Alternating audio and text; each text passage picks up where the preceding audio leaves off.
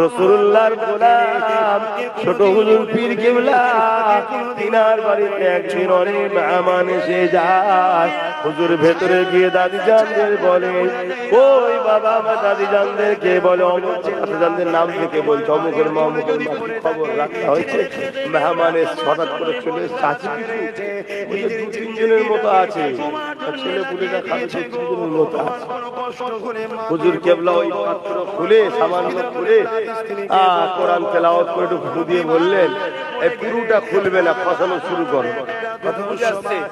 খসিয়ে যাচ্ছে প্রায় 1-150 মেহমান, তাদেরকে দিবার পরও হাড়িতে এখনো অর্ধেকের বেশি খানা রয়েছে। জোরে বলুন সুবহানাল্লাহ।